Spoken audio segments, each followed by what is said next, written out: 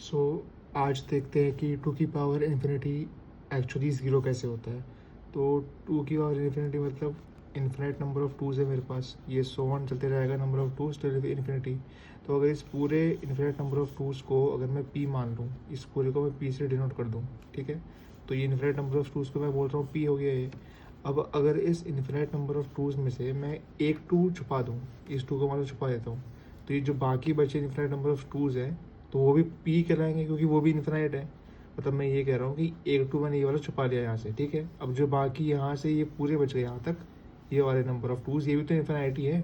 और टू की power infinite को मैंने पहले ही पी मान रखा है।